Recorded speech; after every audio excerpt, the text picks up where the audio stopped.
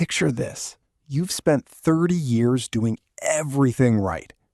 You maxed out your IRA every chance you got, and you left it alone when the market dropped. You resisted the urge to touch it, and now you've got a solid account, maybe $500,000, maybe more. You feel good knowing that when you're gone, your kids are going to be taken care of. You picture them taking a little out each year, the rest growing quietly in the background, just like you did. Here's what nobody told you. That picture no longer exists, and a law that took effect in 2020 changed everything. Most families, and honestly, a lot of financial professionals, didn't fully see this coming.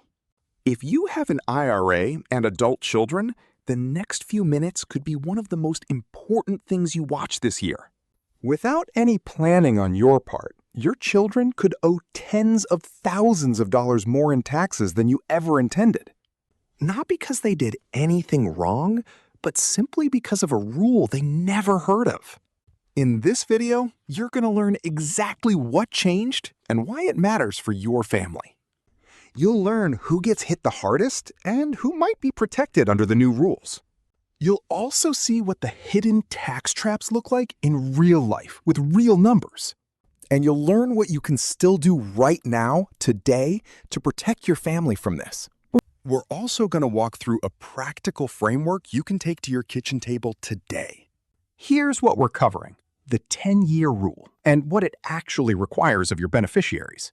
The annual distribution trap that caught even financial advisors completely off guard when it was revealed.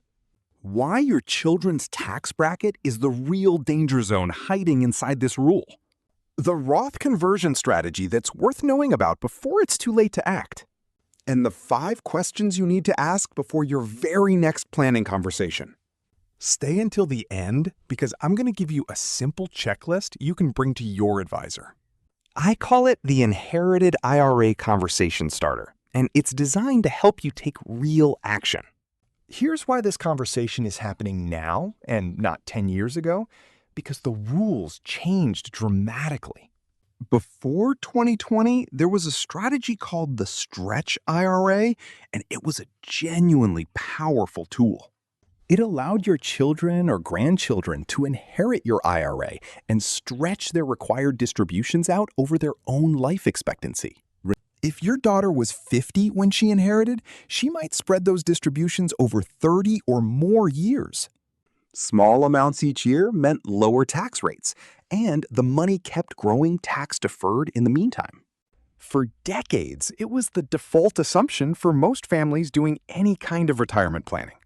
That strategy is gone for most families, replaced by a hard 10-year window under the Secure Act of 2019.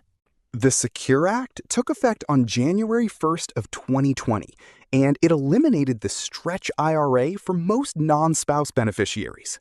Your children, if they don't qualify for a specific protected category, must withdraw every dollar within 10 years of the year you die. The IRS has been issuing guidance on exactly how this rule works, and some of it surprised even professional planners. If you're still here and still planning, you have time to make choices that could save your family significant money. But only if you understand what you're actually dealing with. So let's make sure you know the rule clearly. Let me explain this simply, because once you see it, it's hard to unsee it. Think about a regular IRA like a glass of water that you've been carefully filling for decades. While the account belongs to you, the government has agreed to let you hold it and let it grow. But eventually, they want you to start drinking from it. And that's what required minimum distributions are all about. When you pass the glass to someone else, the government has very specific rules about how quickly that person must drink it down. Before 2020, if you handed that glass to your adult child, they could sip from it slowly for decades. A little each year, low and easy, and the tax hit was spread out and manageable over a lifetime. After 2020, for most adult children, the government is saying you've got 10 years, drink it all down. That is the 10-year rule. and it means full liquidation by December 31st of the 10th year after your death. Now, here's the important detail about which beneficiaries are actually affected by this change and which ones are protected. The law created a category called eligible designated beneficiaries, and if your beneficiary falls into this group, they still have the stretch option. Eligible designated beneficiaries include surviving spouses, who actually have even more favorable options than the old stretch ever provided.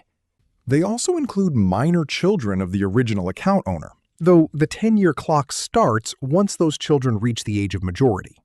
The list also includes individuals no more than 10 years younger than the original owner, and beneficiaries meeting specific IRS definitions of disabled or chronically ill. Here's the reality for most families. Your healthy, working adult children do not fall into any of those protected categories. They are subject to the 10-year rule, and the full balance must be withdrawn within that 10-year window. The law also created an important distinction based on whether you had already started taking your own required minimum distributions when you died. The IRS calls the point at which you're required to begin those distributions your required beginning date, and it matters enormously. Under the rules updated by the Secure 2.0 Act, signed into law at the end of 2022, the age changed. If you were born between 1951 and 1959, your required beginning date is triggered at age 73.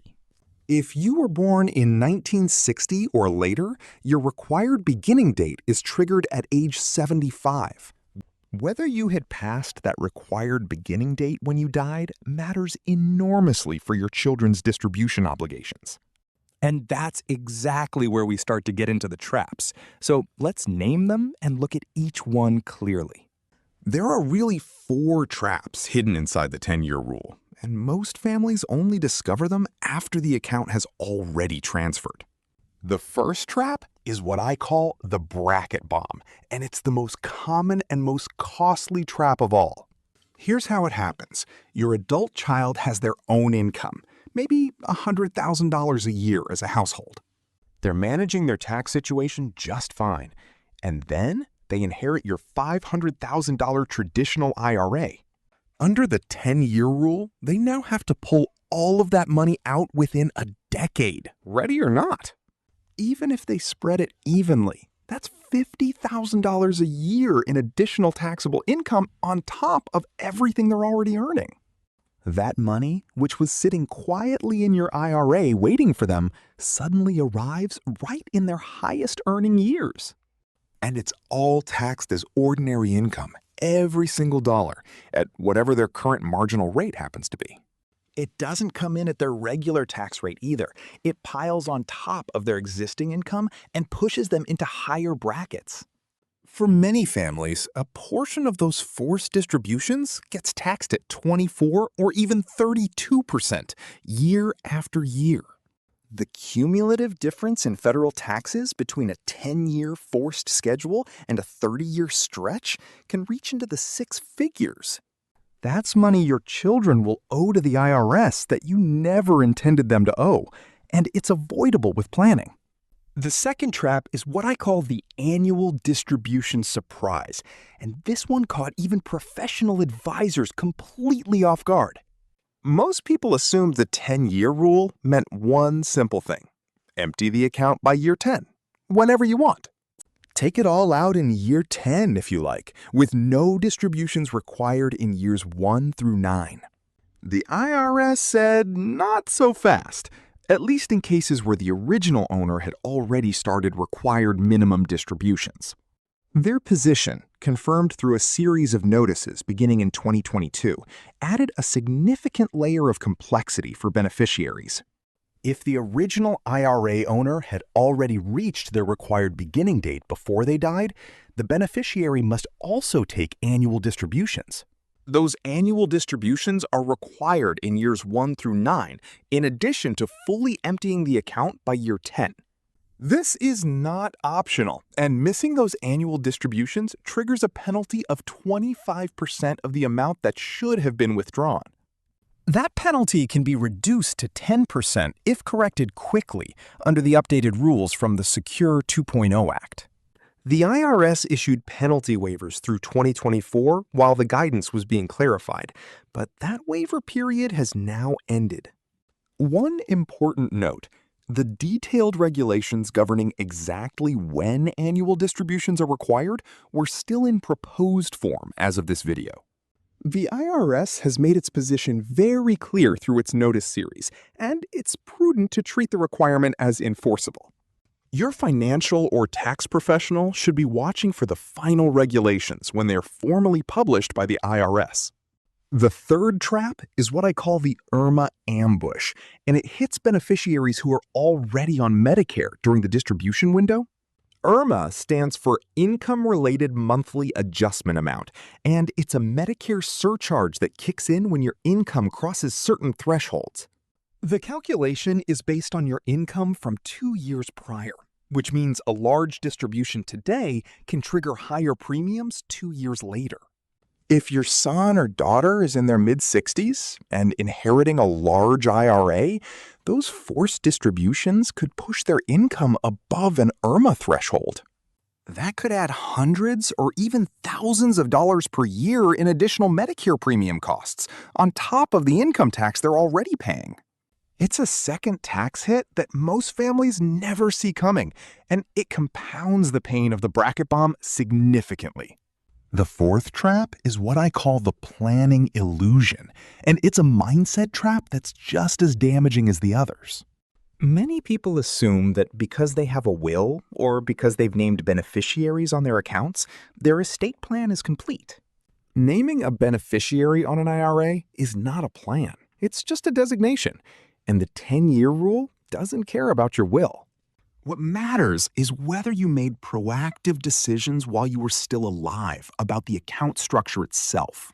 The families who avoid the bracket bomb and the annual distribution surprise are the ones who had planning conversations before the account transferred.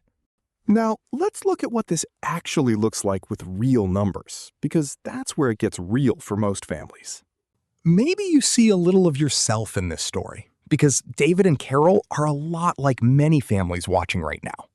David is 72, retired, and living on Social Security plus distributions from his traditional IRA, which has grown to $500,000. Carol passed away a few years ago, and David has named his daughter Lisa as the sole beneficiary of the IRA. Lisa is 50 years old, healthy, works as a school administrator, and her household earns about $100,000 a year. David hasn't thought much about the IRA as an inheritance issue. He thinks of it as his money and figures Lisa will handle it. Let's look at what happens under two very different scenarios, one with no planning and one with a simple conversation at the right time. In scenario 1, David passes away at 72, having already reached his required beginning date and taken required minimum distributions. Lisa inherits the full $500,000 traditional IRA as a healthy adult child more than 10 years younger than David. She is subject to the 10-year rule, and because David had passed his required beginning date, she must also take annual distributions. To model this cleanly, let's assume Lisa spreads the distributions roughly evenly at about $50,000 per year for 10 years. These are modeling assumptions for illustration only, and your children's actual results will depend on their own specific income and tax situation. Lisa's household already earns $100,000 before any inherited IRA distributions, filing their taxes as married filing jointly. In 2024, the 22% federal bracket for married filing jointly runs from roughly $94,000 up to about $201,000. Adding $50,000 per year in distributions brings her total to $150,000, pushing a portion into the 24% bracket. Now, compare that to the old Stretch IRA scenario, where Lisa might have taken roughly $16,000 to $17,000 per year over 30 years. At that lower annual amount, the additional income might have stayed entirely within her lower bracket, taxed at 22% or even less. When you run those numbers across both scenarios, the cumulative difference in federal income tax can reach or exceed $150,000. That figure is a modeled illustration based on these specific assumptions and is not a guaranteed outcome for every family or situation. But the math direction is clear. Forced compressed distributions from a large pre-tax IRA produce a significantly larger tax bill than a stretched distribution would. And David's family in this scenario never had a single conversation about any of this before the account transferred. Now, let's look at scenario 2, where David had one conversation with a financial planner 5 years before he passed. His planner explained the 10-year rule and the Roth conversion option, and together they made a decision to act while there was still time. Over several years, David gradually converted portions of his traditional IRA to a Roth IRA, paying the tax at his own relatively modest marginal rate. By the time David passed, perhaps $200,000 of the IRA had been converted to a Roth account. The remaining $300,000 was still a traditional pre-tax IRA, still subject to the 10-year rule for Lisa. Now, Lisa inherits a mixed picture: $300,000 in a traditional inherited IRA and $200,000 in an inherited Roth IRA. The 10-year rule still applies to the Roth, but qualified distributions from an inherited Roth IRA are generally income tax-free. Because David already paid the tax on that converted money, Lisa's distributions from the Roth portion don't add to her taxable income at all. The tax burden on the traditional portion is smaller because the balance is smaller, and the overall picture is meaningfully better for Lisa's family. All because David had one conversation at the right time while he still had the ability to act and make a difference. That's the whole point. One conversation, while there's still time, can change the financial outcome for your entire family. I call this framework the Inherited IRA Conversation Starter, and it's 5 questions you can work through at your kitchen table. You don't need a spreadsheet, you don't need a tax degree, you just need these 5 questions and a willingness to act. Step 1. Check your balance and your account type. And you can do this one this very week. Pull out your most recent IRA statement and write down the balance, noting whether it's a traditional pre-tax IRA or a Roth IRA. If you have a 401k or similar workplace retirement account, note that balance too, because it follows similar inherited account rules. Knowing what you have is the foundation for everything else, and it takes less than 15 minutes to gather this information. Step 2, look at who your beneficiaries actually are, and check the beneficiary designations on your IRA account directly. Not your will, because beneficiary designations on retirement accounts typically override your will entirely and are governed by completely separate rules. Who is named? What is their approximate age? And do they have any disability or chronic illness that might qualify them as an eligible designated beneficiary? If you're not sure when you last updated these designations, that's a signal that now is exactly the right time to check. Step 3. Ask yourself whether you've already passed your required beginning date based on your birth year and the updated rules. If you were born between 1951 and 1959, your required beginning date is triggered at age 73. If you were born in 1960 or later, your required beginning date is triggered at age 75 under the Secure 2.0 rules. If you've already passed that date, your beneficiaries will face the annual distribution requirement within the 10-year window, not just the year 10 deadline. Step 4. Estimate what your beneficiary's tax situation might look like if they inherited your full account balance right now. You don't need to be precise here. Just think about it generally and honestly based on what you know about their income. Is your adult child still working? Do they earn a significant income? And are they in their 40s or 50s right now? If they had to pull out roughly 1/10 of your IRA balance per year, would that significantly increase their taxable income? If the honest answer is yes, That's a clear signal that planning now could make a real and meaningful difference for your family. Step 5. Have the conversation and bring your 4 answers to a qualified fiduciary financial planner or a tax professional. Ask them specifically about the 10-year rule. Ask about Roth conversion as a potential strategy worth exploring for your situation. Ask about your beneficiary designations and whether the structure of your accounts makes sense given the new inherited IRA rules. This is not a conversation to have with someone who will just sell you a product. You want honest modeling of your specific numbers. That's it. 5 steps. And the most important ones you can do this week are step 1 and step 2 right now. Pull the statement, check the beneficiary designations, and everything else flows naturally from there when you're ready for the next conversation. If you want to go a little deeper, there are a few more planning tools worth knowing about at a high level. Roth conversions are the most widely discussed response to the 10-year rule, and they deserve a mention even if we can't go deep here. The idea is that you pay income tax on converted amounts now, during your own retirement years, ideally at a lower marginal rate. Your children then inherit a Roth IRA instead, and their distributions from that inherited Roth are generally income tax-free rather than fully taxable. The math on whether a Roth conversion makes sense is genuinely complex and depends on your current income, your tax bracket, and your age. This is not a decision to make based on a YouTube video.